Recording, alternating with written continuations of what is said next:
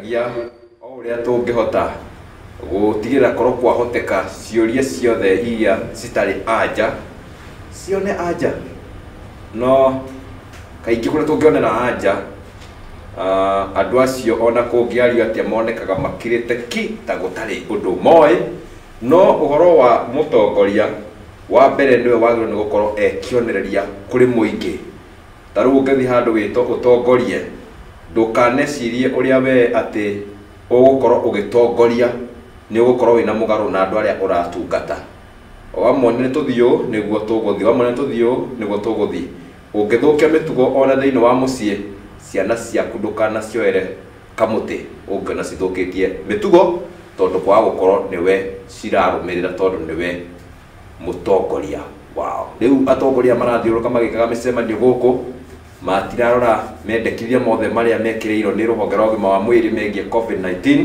magacokanĩrĩria andu kuria matwirire tumeheranie makamacokanĩrĩria ni tukurigo ithuĩ tũrĩ ta aciari mĩciĩ-inĩ tũrĩ ta ciana citũ nĩkĩ gĩtũmĩte tweherio thukuru nĩkĩ gĩtũmĩte tweherio thukuru o nĩ maracokanĩrĩra ni tukurigo tũrĩ ta akristiano nĩkĩ gĩtũmĩte tweherio kanitha na nĩ maracokanĩrĩra koguo maundu maria muingi ugwika ni ati uria muramagiria ni megucoka mekeguo ciana ici ni ikonoga cietware thukuru igithomithie aria mekuria nja ni ugukora kanitha cihurite ni ukahota kumoria niki kiratuma mwike uguo ukamacokeria urari mucemanio-ini ugika atia tutigane na icio riu gutire mundu utendete guikara wega na tari mwakangi wa kimanio toguo njikaraga ni njigua hena kinuthu ndigitie niguo njikare wega ona makiria kinuthu giki ni tondu thiini wa ngoro oyo mundu ni gwekirwo kindu gitagwo wendo wendo wikaraga ukigucagucagia ugiethaga kuria mundu wake ari riu ri kwina thina wendo ni uragucia no kona mundu uyu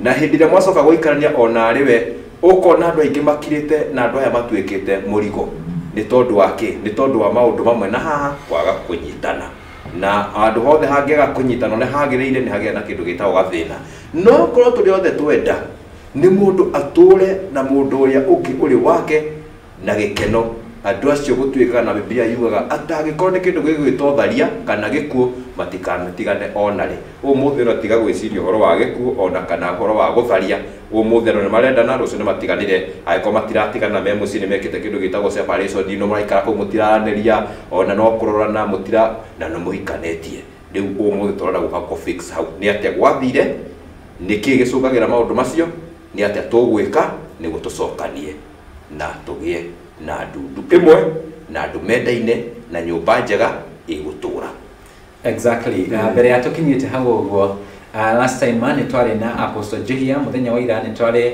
na Apostle Cairo na ni twaririe maundu matiganite megie temperaments cia andu matwika ni mekwendana no riri kiuria kinene kiria kihaha ni riri last time ni twaririe horo wigie angikorwo andu mugaga wendo ni utumumu na Apostle ogitutigana phrase yari if love is blind marriage will open your eyes then andu kiuria kiria matigirwo na kio ri ni how marriage will open your eyes kana how marriage will open your eyes muthenya wa muthi maundu macio na mangi maingi ni matoka tukirunga thiini wa metha ino ya gikuyu rucini mbere ndaya Apostle karibu sana tena Apostle Jehia tukwenda urore kamera ino ugeithanie wow ndamugeithie thiini wa ritwa ria Jesu njitagwo Jehia ujagira kanitha wa Ark of Worship Roysambu ande muhonoku ngeithi nyingi kuma kwi mutumia wakwa na ciana wow kwina handu twatigiriire ndo wega tuga mutungatiri ni acicaga language ona undi kugeria muno ukithikiriria ni kugeria muno koguo ange switch language twi haha na agakui tugutigirira ni twaigarania maundu niguo manyite na njira ĩrĩa yagĩrĩire thank you no ageria tatwambire ha mutungatiri ha riri na andu mugaga wendo ni utumumu wendo nduonaga then na mwaka kinya ri horo wigi separation na divorce rate gukorwo cia batirite na ikiro kinene muno no mwakinya kuria nyumba ri haya tutakuja tukiwa if marriage is blind then if a love is blind then marriage will open your eyes. How will marriage open your eyes? Now, wakati watu wanaanza ndoa, mara nyingi wanaanza na feeling ya love. Na Adam alianza hivyo. Adam alipoona mwanamke alisema bones of my bones, flesh of my flesh, this one shall be called a woman. Na Mungu akamwangalia akaona Adam vile ameongea juu alikuwa amelala wakiunda hivi. Akaona Adam anajua mambo mengi akamwachia mke. Lakini huyu mke alipewa alikuwa na mambo mengi ambayo baadaye tumeandikiwa sehemu katika Biblia ya mke ni nani, vitu vyenye vifichwa ndani ya mke. Now, marriage ukisoma 1 Peter chapter 3 verse 7, Bible inasema husband deal with your wives according to knowledge. According to knowledge. Not according to love. According to knowledge. Kumaanisha hata upendo inatakana kuelekezwa na akili na kujua na ufahamu. Unaona kuna ufahamu inahitajika ili udumishe upendo. Ni kama vile ukipewa gari leo, unaweza penda gari lakini ushindwe kukaa na gari kwa sababu hauna ufahamu ya gari ina move namna gani, huko ndani kunahitajika nini ndio imove. So baada ya watu kuoana mwaka mmoja, mwaka wa pili, wanaanza kugundua ya kwamba kuambia mwanamke I love you haimati vile ilimata zamani. Zamani ulikuwa kumwambia unampenda anafunga macho anacheka lakini wakati unamwambia I love you baada ya kumwoa miaka miwili anakuangalia kwa macho anakuuliza so kumaanisha anataka sasa uengage vitu zingine ambazo zinahusiana na uhusiano. Sasa wakati huo unamnunulia chips unaona anakuambia mimi najua ni viazi. Lakini wakati ya relationship ukinunua chips alikuwa anaona wewe ni mtu unajua mambo. Mimi niko na mke alikuwa anakula chips akiwa sijamuoa. Lakini siku hizi hali hiyo treatment ya chips hachukui. So inabidi sasa hapo elimu inahitajika. Hapo ndio mahali pa nasema sasa itakufungua macho. Nini sasa ndio unaona watu wengi wakioa, watu wanaoa wanawacha kanisa. Alafu baada ya kama miaka 5 anarudi kanisa. Sasa anaanza kuuliza Mungu sijui huyu mke anakaaje, sijui huyu mume anakaaje. I remember one lady siku moja aliniambia apostle mimi ile interaction nimeinteract na wanaume nimewajua. Then baada ya kuolewa miaka 5 akakuja kwangu akilia akiniambia nimeshangaa husband yangu amebadilika, simuelewi tena. Kwa sababu gani? Life ina change watu. Mahitaji ya watu ina change. Everyday knowledge. That's why Bible inasema deal with your wife according to everyday knowledge. Maana anaenda kibadilika. Naam. Haya, thank you. Mutungatiri taru mitugo kuge unduire na meikarire. Ni kuri mihitwa yakoragwo thiini wa unduire na meikarire. Andu makauga mihitwa. Na mihitwa eno yari gatagati ka unduire na meikarire. Unge bridge mihitwa iyo ni kuri consequences. Na itikoragwo cie thaka uguo tondu thiini wa kindu ta gikuirwo na gone kinwa nyitagwo kinya ni kirumi na thahu na megiro. Thiini wa kanithari thiini wa kanitha mihitwa ira ikirwo thiini wa kanithari inge bridge ni consequences very much. Very cool. Now, unaona vows, vows in the spirit katika ulimwengu wa roho, because vow inaenda katika ulimwengu wa roho. Huwa ni kama fence. Umesikia Bible inasema na moyo yote anavunja fence au na nyoka. Vow katika ulimwengu wa roho inaenda katika ulimwengu wa roho inaunda fence. So mimi nikiapa kwa mke wangu kuna kitu kinazingira jamii yetu. Ndio maana Waibrania mlango wa 14 mstari wa 3 inasema ya kwamba ndoa iheshimiwe na watu wote na kitanda cha ndoa kiwekwe takatifu. Maana mtu akivunja hiyo ndoa, hiyo kitanda cha ndoa akiichezea, Mungu atamhukumu. The adulterers and the adulteresses. Kumaanisha mtu akiweka kiapo, Mungu ana watch over kiapo. Ukisoma Malachi chapter 2 verse 13, kuna wakati watu walikujia Mungu wakilia, wakimuuliza Mungu, mbona uchukui sadaka zetu na furaha? Akasema ni kwa sababu nilikuwa shahidi katikati yako na mke wa ujana wako. Mungu alikuwa shahidi. So ni kumaanisha wakati unaapa, hata wacha kanisa, hata kuapa pale nje, umesimama wawili, unaapa unasema kuanzia leo Judy, wewe ni wangu for life. Hakuna mwanamke mwingine ataingia katikati, hakuna mwanaume mwingine ataingia katikati ya uhusiano. Akiingia kwa hiyo kiapo, vita inaanza. Na ianze na wanadamu, inaanza kwa ulimwengu wa roho. Inaanza kwa ulimwengu wa roho, maana umevunja uaminifu. Na ule uliapa utakuwa mwaminifu kwake. Sasa hapo ndio unaona wanaume wengi baada ya kufanya vituko huko nje, wanaona wanafilisika, wanaona wanagonjeka, wanafukuzwa kazi. Leo ako kazi, kesho hayuko. Unaona mke kwa baada ya kuvunja uaminifu, unaona amekataliwa na watu, maana kuna harufu unatoa. Katika ulimwengu wa roho unatoa harufu, watu wanaanza kukukataa. Unashangaa na zamani watu walikuwa wananipenda aje, kama mimi pastor nifanye hivyo, watu walikuwa wanajikusanya kwa kanisa langu wanajaa. Alafu unaona watu wanaanza kutoka bila sababu, maana kile kilikuwa kinawavuta kanisani kinawafukuza sasa.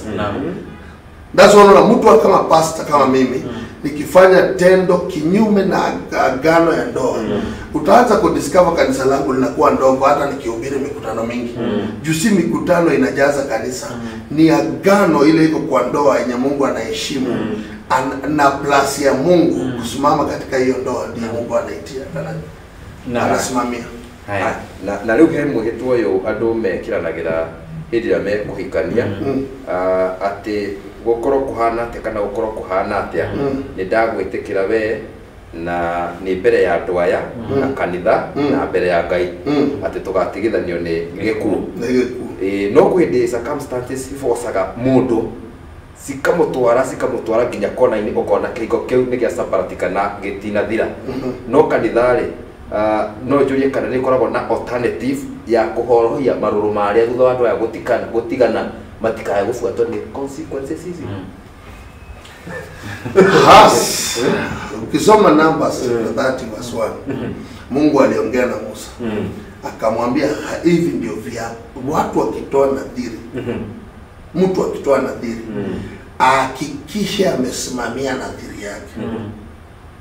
Kwa sababu unaweza kusema leo kanisa ingekuwa na nguvu ya kuvunja ndoa. Maana mtu anavunja ndoa na anakuja tunasema hiyo laana tumeitoa, oa tena. Na watu wangeoa sana because wangetulipa sisi. Umeharibika huku nje kwa watu wengi.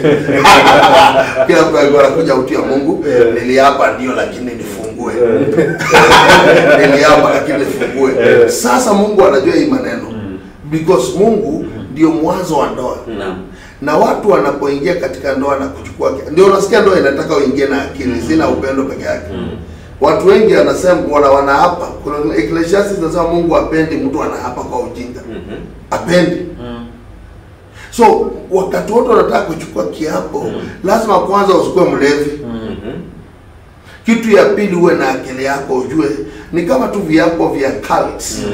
Hicho kiapo ukishachukua, ukiokoka inabidi uende mahali kuna nguvu ya kuvunja hiyo kitu, maana zitakufuata. Wewe utasema umetoka lakini kiapo uliweka wanakufuata.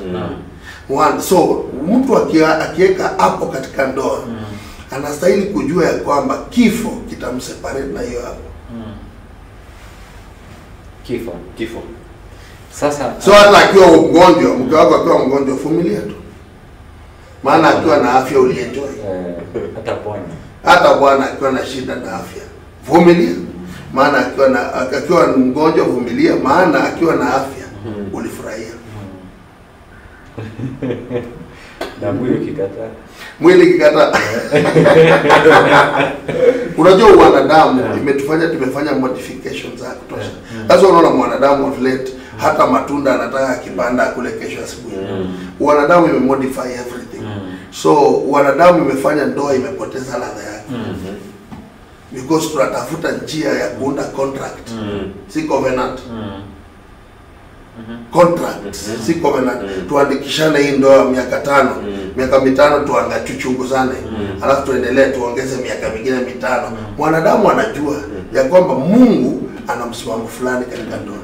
Unaona leo Exodus chapter 2, I think inasema ya kwamba mtu akiacha mke wake, hakikisha kuna vitu 3 ameshughulikia. ameshughulikia chakula, ameshughulikia mavazi, ameshughulikia nini ngono.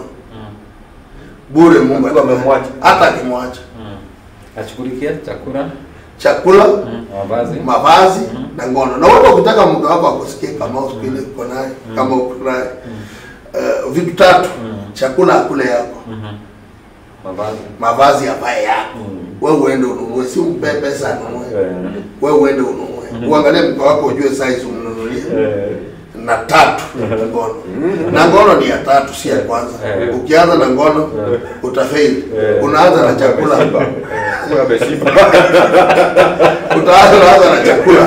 Then unakuja mavazi. Then unamalizia. Because kuna watu wanaanza na ya kwanza.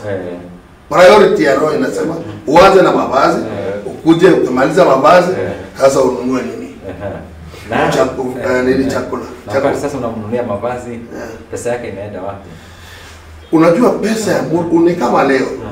Watu ukisikia kijana anasema amejitawala, mimi siku hizi naisha maisha yangu, ni kumaanisha anajilisha, analipa nyumba na anajivisha. Unasikia anakuambia automatically, mimi siku hizi naishi maisha yangu, mimi najitawala. Kwa sababu gani? Anajinunulia chakula, anajinunulia mavazi, na analala kwake. Unaona? So mtu ukitaka kuleta utawala atakwako nyumbani kama mme. Vitu tatu ya muhimu. Alale kwa nyumba yako, akule chakula yako, avae mavazi yako. So kutokea na hiyo ndio ukoloni tuliletewa na wakoloni. Walikuja wakatuvisha na wakatulisha na wakatunulia blanketi za kulala. Tukatawala.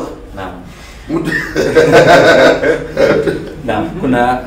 Kuna hiyo separation na yenye inafaa usema ama hiyo tulikuwa tunasema yenye itatu separate ama itatutenganisha ni hiyo death. Kuna physical death. Ile sasa mtu amekufa, amezikwa. Na sasa kuna ile kitu iliwaleta pamoja. The love, the feelings hazipo tena. Na hizo zimefa. Sijui kama zimefariki ama sasa hiyo death lakini sio physical. Ya zile vitu zilizounganisha pamoja, can they make you separate because they are no longer there? Now feelings za mtu zinaweza kufa. Ni nini huwa feelings? Kitu cha kwanza. Because kuna hisia ya furaha, kuna hisia ya huzuni, kuna hisia ya mapenzi. Lakini nini huleta hiyo hisia? Unaweza kuua wewe mwenyewe. Kitu ya kwanza. For example, leo mimi naweza kuua rafiki yangu na wewe. Na nihakikishe nimejiadvise. Because hata kuua hisia ni decision. Ni watu wengi huwa wanafanya ya kwamba ni kama kitu kinakufa bila wewe kujua. Lakini ukweli ni kwamba hisia inaweza kufa. Kwa sababu gani? Wewe mwenyewe umeua. Na yeye mwenyewe ameua. Na pia unaweza kufa kwa sababu mlikuwa mna survive kwa sababu mlipendana na Mungu, mkaanza kuwa na upendo mingi. Because kitu kinafunika multitude of wrongs ni upendo. So kumaanisha upendo mahali popote huko unafunika ubaya. Unafunika. So wakati wote mtu amependa kitu, sasa let me say nampenda mtu mahali. Hiyo upendo si ati ni kitu yenye nilipewa na Mungu ambayo inashuka wakati yenye nataka ama inapotea. No, akili ya mwanadamu ina uwezo wa kuua hisia kwa mtu. Inaweza kukataa mtu. Na ikimkataa anaua hiyo feeling ya mtu. So in case kabisa amefika mahali amechoka. Sasa wanaweza kuachana kwanza. Waende kila mtu ajiite mkutano. Waende kila mtu akuwe na nafasi because kuna watu later anachoka na mpaka anaua mke. Kama unapenda mtu sana, kwa nini unamuua? Kitu unafanya jitenge. Acha aishi kwa sababu unampenda. Ama wacha aishi kwa sababu umemwacha. Toka, wachana naye. Haya, ne gotoikerie riu tuke riu thiini wa maundu maria mekuo riu maria marahanika riu benene hatari ati undu ungi umuthi ni uka tuthie tuikaranie 80% ni acio 20% ni ana maikaraga magoka kanitha-ini makauga ni turenda gwika uhiki no ukirora gatagati-ini ta riu kungikorwo kwina andu eri moka gwika uhiki mwaka-ini uyu at the same time ukona andu magana mahikanite bategutinda bakira ndatu ni uka tuthie tuikaranie so andu aya wona marikanira uguo na mathi maikarania gutirakona thina na mona mathina moka no ugo mera nire ukathoikaranie no uka tuitumano ndo agethira maka riu ri na andu aingi gutiri kwagia kwirwa atiriri what is wrong with that tondu ona gikuyu-ini kuma tene uri andu mokire tigani kanitha cio cikia gugithie andu kuhikania no guokaga giranganio murehe bahitia mana magiko thiini wa undu ucio ni uriku. Now kuna 4 governments ambaye Mungu amedesign zichunge ndoa. Serikali ya kwanza ni ya nchi. Nchi hii ndio maana inakupea karatasi wakati unaoa. Inasema Mr. Gakoe ndio hii karatasi. Serikali ya Kenya inachunga ndoa. Now kuna serikali ya Mungu ambayo sasa inakujiwaga kanisani. Lakini iko serikali nyingine mbili udharauliwa ya wazazi wa both sides. Wazazi wa upande ya msichana na wazazi wa upande ya mvulana ni serikali. Ndio maana ukienda huko unatoa mahari. Unatoa mahari unasema hii ndoa yangu hata bila harusi imepitia kwa mlango. Na siku ile mtafukuzana mnaweza niita. So mtu ndio anakuambia upendo inataka akili kwa sababu ukipenda mtu mchukue umeruka process mingi sana. Siku ile ya kumfukuza utamwambia kanyaga enda zako. So kwanza inabidi ukipenda mtu ujiambie kuna watu wamehusika kulea huyo mtu mpaka mahali amefika. Na hao watu wanaitisha heshima. Ndio ujipeleke kwao kwanza. Kwa kina msichana uende useme huyu msichana ninampenda. Wakwambie formula ya kumtoa kwa hiyo boma. Hii inakusaidia kufanya nini? Kuvalue kitu. Leo ukipata viatu ile umenunua bei kali, unaona hata ukiweka kwa nyumba wewe uiweki mahali penye zile za bei rahisi ziko. Kwa sababu ya kitu umepitia ndio upate. Mwanadamu anajua kuheshimu kitu ambacho amegharimika kupata. So usipogharimika kupata unaweza kuiwachilia vile unataka. So serikali ya kina mke, serikali ya kina mume, ukienda huko unastahili ujue umeenda kwa serikali ya kukupima katika ndoa. Ukimaliza sasa unaileta kanisa. Kanisa inakupeaga mbili, serikali ya nchi na serikali ya Mungu. Wow. So ukitaka kuvunja ndoa inabidi hizi zote ine zihusike. Inabidi ujichunge sasa. Wow. Haya. Twathie na mbere na kwarĩrĩria maingĩ megemaine na ũrĩa maũndũ megiĩ kĩhiko kana na mbere na ũndũ ũrĩa andũ mathiĩte na mbere na gũikarania thĩinĩ wa maica megiĩ kĩhiko. Twĩna Apostle Njihia wa Akobo Worship Ministries harĩ mwena wa Roysambu agĩtũtarĩria kana agĩtũteithĩrĩria gũthiĩ na mbere na gũtaũkwo nĩ maya na mangĩ maingĩ. Nĩtũgũcokereria na wona twacokereria hena ũndũ ũrigĩte andũ aingĩ mũno makĩria especially andũ aya ethĩ mũthenya wa ũmũthĩ. Hena kĩndũ gĩa kwenda mũndũ nĩ tondũ wa kĩrĩa enakĩo. Ukenda mundu biũ na wendo ũcio kana tarĩ wendo wa ma uga confuse na the real love. Tugicokereria thutha wa kahinda gatarĩ kũraya.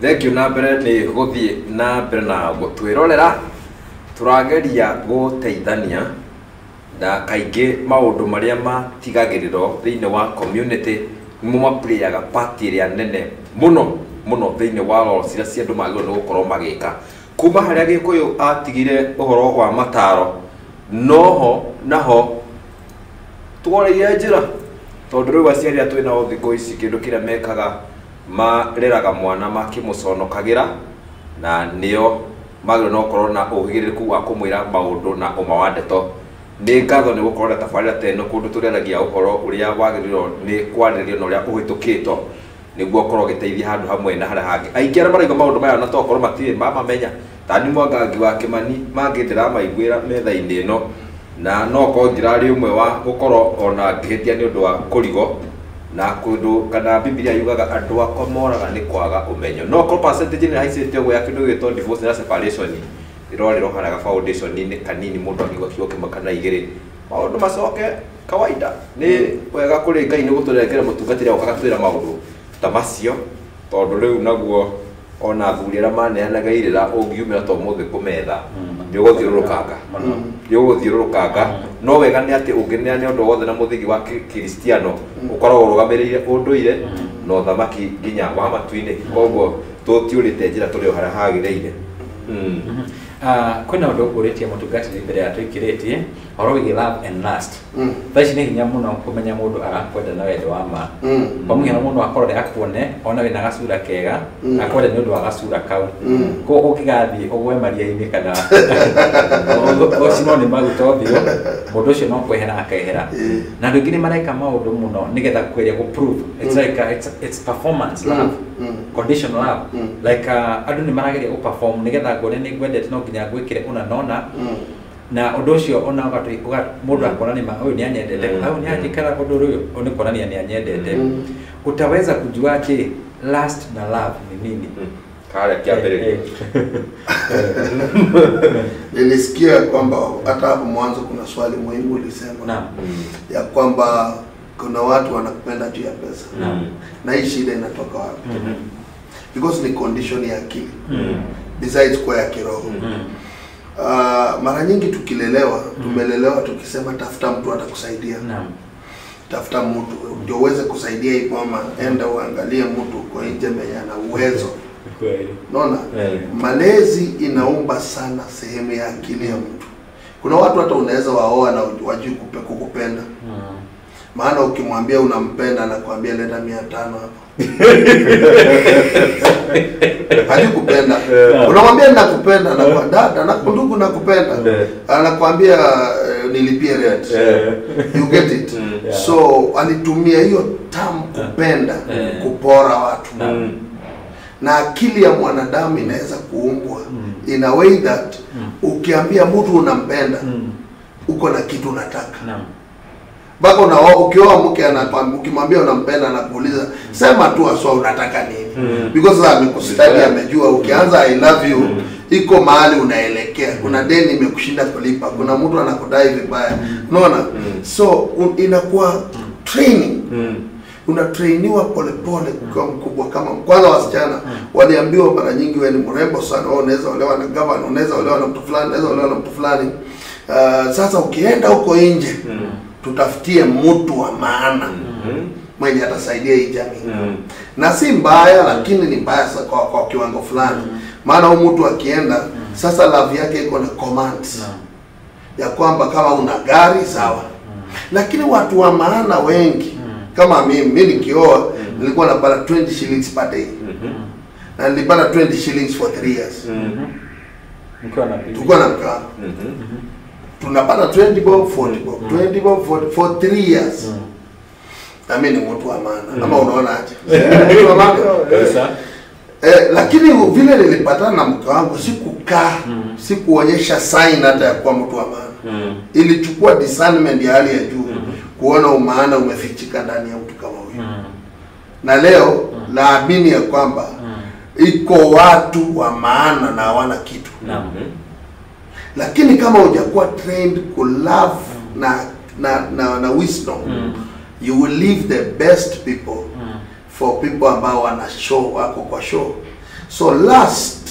ni ile nini pirated love ni love ambaye haina msingi wa wisdom ni kitu tu kifeeling kinakukujia unapenda kitu yenye ukielezewa kuihusu vizuri unaweza kuichukia na ndio watu wengi sana wanapenda hata unapenda mtu juu ya sura then ukifika kwa nyumba unagundua sura yenyewe kama ni ya msichana atakuwa na makeup zile utakutana naye kwa barabara kama ni ya ndugu hiyo ikuliwi sura haiwezi lipa rent so unafika kwa nyumba unaanza kudiscover you are frustrated because kile kilikuingisha ndani ya ndoa si kile unahitajika labda kabla Mwagage ulize swali lake we are always told that ama tumeambiwa sana ukiikia mutumia we no nginya ukorwo wi iguru kumukira ina we no nginya ukorwo wi iguru kwa muhiano kimiaka no nginya ukorwo wi iguru kibeca no nginya ukorwo wi iguru kimuikarire na we tufatie kuma mutumia una ikorwo mutongo atia kwa muhiano afatie ni gutiga kuu okegwa Hiyo ni ukweli. Ni wisdom. Ni wisdom kiwango fulani. Kwa sababu ndio uweze kuongoza mtu. Lazima uwe na position ya uongozi. Na hizo vitu wanakueleza ni position ya uongozi. Wanakuambia kwamba hata mimi kuwa pastor lazima niwe na elimu kidogo kuzidi watu. Lazima niwe na neema kushinda watu. Lazima niwe hata kama sina pesa, niwe na wisdom ya kupata pesa yenye watu wakiangalia hivyo wanajua huyu mtu anaweza kuwa ana nyingi lakini very soon atakuwa na nyingi. So ukweli ni kwamba watu wengi wamechelewa kuoa because wanatafuta hizi vitu. Anatafuta nyumba, anatafuta pesa, anatafuta miaka, anatafuta hii njia ya kimwanadamu ya ku tone down pressure, ya kuulizwa maswali mengi kwa uongozi. Maana hata mwili, kuna mwingine anaweza kuambia hata uoe mtu mwenye mwili yako yenyewe inamuonyesha hapa asilete mchezo. Unaona? Ni kujaribu kuamplify position ya mwanaume. Lakini I believe there is something they don't tell us which is very important. Wakati unataka kuoa mwanaume ni anapeana nini kwa ndoa? Mwanaume anapeana vision. Kitu ya kwanza ya muhimu, mwanaume ni visionary being. Kazi yake ni kuonesha watu kule tunaenda. Na wanaume wengi wamepata pesa lakini hawana vision. So ukioa bado utakuwa na shida kwa sababu mke atataka kujua wewe na hii pesa zako tunaenda wapi. Na hiyo ndio itakufrustrate. So vision ndio Mungu alipea. Joel chapter 2 verse 28 aliambia your sons shall see visions. Sons were created to see visions. Daughters shall prophesy. Prophecy ni ku speak to the man in you. Mwenye maono yenye iko ndani yako ikuwe kenye Mungu anataka ukue. So women waliumbwa na Mungu ku prophesy to the vision yenye man ameconceive. That's the primary reason why unaongoza. Haya, ndio ndio tusokanĩrĩrie rĩu maũndũ maya mothe. Tuneane aja ya mwiso makeria ala thenori 80% ya iriko iria ciĩkwo mũthĩ kũringana na study andũ arĩa mena andũ acio mena mũndũ ũrĩa ũtagĩrĩire, mena andũ arĩa matarĩ andũ arĩa mendaga. Gĩtũmi nĩ gĩkĩ, mũndũ ũrĩa mũndũ endaga ndamwendete, nake mũndũ ũcio mũndũ ũrĩa endaga mũndũ ũrĩa ndamwendete. So andũ aya mokaga erĩ nyũmba no hena hakiri cia mũndũ ũrĩa ndendaga, tondũ gũtirĩ otherwise gũtirĩ ũngĩthiĩ ũgĩre mũndũ ũrĩa wendaga kĩa hinya mũkuue na ciande ũmũrehe. Koguo rĩu gũkaga atĩrĩrĩ, gwĩka atĩa rĩu ũkauga haithuru ũgeka atĩa, no ũkĩona kamahĩtia kanĩ ũkaririkana mũndũ titawe ndendaga, nake ũyũ mũkĩmwona kahĩtia karinĩkaga mũndũ titawe ndendaga, na hau nĩ wandu andũ aingĩ marĩa marahĩtanĩria. Rĩu nĩguo tũcofu haha na andũ aya rĩu me thĩinĩ wa nyũmba ĩmwe rĩ, tũkũndiru noguo atĩa. Now, inategemea kwanza ule unapenda, ulienda naye kiwango gani, hata kama hakupendi. Unaona? Unawezekana kuna vile unaweza kuwa pengine kama ulala naye, ukahusiana naye kimapenzi. Unakuwa na kitu inaitwa soul tie. Soul tie isipovunjwa, unabaki tu akili yako ikirudi huko. Soul tie ni kitu kitawaunganisha mioyo yenu pamoja. So hizi vitu ni kama agreements. Agreements zinafunganisha mtu. So unaingia kwa ndoa na umejifunganisha na mtu. Na kuna watu wako na zaidi ya mmoja. Because wako na condition mbaya. Kwao wako na roho haina focus. Unajua kuna vile mtu anaweza kuwa na kwao kunaweza fanywa spiritual mistakes. For example, wa raise altar nyumbani na hiyo altar watumie ngono kwa njia fulani na watu fulani wa family ili wa raise madhabahu. Hiyo family ikizaliwa wanakuwa na mistake. Wanaweza penda watu 50. Unasikia mtu kama mimi penda watu 5 wote the same na shida kuacha. Huyo mtu wako na condition. Yeye anatakana kufanywa ukombozi kwanza. Maana ako na condition anapenda watu 3 once na hasikii kuacha hata mmoja. So hii mambo yenye unasema kuhusu uko kwa ndoa na ulikuwa unapenda mwingine, ukikasirika unakumbuka wewe mwingine. Kitu ya kwanza ni kumaanisha kuna kitu haukukata ukiingia kwa ndoa. Na hiyo ni soul tie. Naam, but wengine hata mjaiyo hapo kusikizana mkaingia ati kwa relationship ni wewe tu akili yako inaona, na pengine hata ulijaribu kafeli akaenda ukaenda bado miaka inasonga, unaona hata unasikia pengine aliolewa, lakini ukiangalia chenye ulikuwa unataka iko ndani ya kabisa. Wow, sasa unashindwa utaacha huyu uende ufuate yule bibi ya mwingine ama bwana ya mwingine ama unasikia ukikuwa frustrated you go back to that. So mwanadamu ndio nakwambia uamuzi ukishaingia kwa ndoa. Iko milango lazima uafunge. Wewe mwenyewe intentionally uamue kuifunga. Maana kila mtu anaweza kupenda mtu akiwa nje. Na wewe mtu akikuja ndani usimpende. That's why kuna watu wako na green, inaitwa green grass syndrome. Wanaona tu nyasi green pale. Lakini ukisongea pale unaona si green, unafikiria imekauka. So lazima ujiambie, unaweza penda kitu yenye ukileta nyumbani. Bado sio hiyo. Swali la mwisho ndio sasa. So inabidi detach yourself. Ndio sasa useme maneno yako ya mwisho. Swali la mwisho. Tuseme sahi kwa nataka kuwa sahi. Ni vibaya kwa mtu mwenye ako advanced in age kuniliko. Inategemea na how old, how advanced in age. Because pia unaweza kuwa so advanced in age. So what's the limit? Lakini unaweza kuwa advanced in age for 1 year. Number 2, inategemea na your level of wisdom. Maana age na maturity are 2 different things. Inategemea na your level of wisdom and maturity. Maana kitu ya kwanza unaoa mtu mwenye ameona jua mbele yako. Sasa yeye ana believe anajua kukushinda.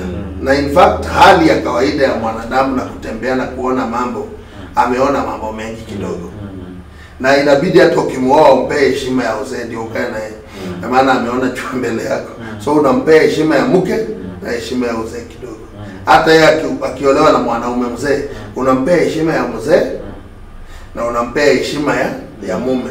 Maana Bible inasema kwa first, I think Timothy 5 or something. Inasema our writers. Inasema ya kwamba do not rebuke an elder. Ukishagundua mtu ni mzee, usimkemee.